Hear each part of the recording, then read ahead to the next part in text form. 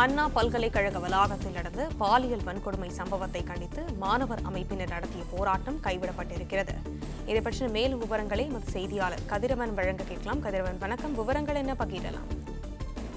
சென்னை அண்ணா பல்கலைக்கழகத்தில் இருக்கக்கூடிய பொறியியல் கல்லூரி பயிலும் மாணவி ஒருவர் நேற்று கொடுத்த புகாரின் அடிப்படையில் போலீசார் வழக்கு பதிவு செய்து ஒருவரை கைது செய்து விசாரணைகளை மேற்கொண்டு வருகிறார்கள். தன்னை பாலியல் ரீதியாக துன்புறுத்தியதாகவும் தனது ஆண் நண்பரோடு இருந்தபோது அடித்து துன்புறுத்திவிட்டு தன்னை பாலியல் ரீதியாக துன்புறுத்தியதாக அந்த புகாரை குறிப்பிட்டதன் பேரில் 3 பேரின் வழக்கு பதிவு செய்து விசாரணைகளை மேற்கொள்ளப்பட்டு வருகிறது.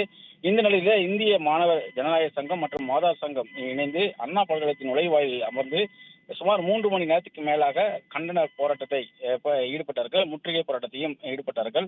இவரிடம் காவல்துறையினர் பேச்சுவார்த்தை நடத்தினார்கள். அதே போல அண்ணா பல்கலைக்கழகத்தின் சார்பாகவும் தற்போது பேச்சுவார்த்தை நடத்தப்பட்டது. அண்ணா பல்கலைக்கழகத்தின் பதிவாளர் இருக்கக்கூடிய பிரகாஷ் மற்றும் உள்ளே மாணவர் நலத்துறை அமைப்பு ஒன்று இருக்கிறது. அந்த அமைப்பை சார்ந்த ஒருவர் என இருவர் வந்து இந்த போராட்டத்தில் ஈடுபட்டவர்களிடம் பேச்சுவார்த்தையில் ஈடுபட்டார்கள். குறிப்பாக இது தொடர்பான முழுமையான அறிக்கை ஒன்று ஏற்கனவே வெளியிடப்பட்டிருப்பதாகவும் ஒரு குழு அமைத்து இந்த மாணவி பாலியல் துன்பத்திற்கு உள்ளாக்கப்பட்டது குறித்து முறையான விசாரணைகள் நடத்தப்பட்டு வருவதாகவும் அவர்கள் வந்துட்டு மாணவர் அமைப்பினரிடம் விளக்கம் அளித்தனர். அதன் பேரில் தற்போது மாணவர் அமைப்பினர் முற்றுகை போராட்டத்தை கைவிட்டு கலைந்து சென்றிருக்கிறார்கள்.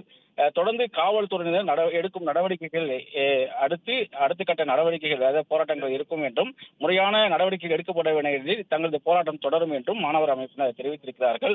அவரது கோரிக்கையாக மாணவியை துன்பத்துக்குள்ளாக்கிய நபரின் பெயர் போன்ற விவரங்களை வெளியிடப்பட வேண்டும் என்ற ஒரு கோரிக்கையும் அவர் வைத்திருக்கிறார்கள்.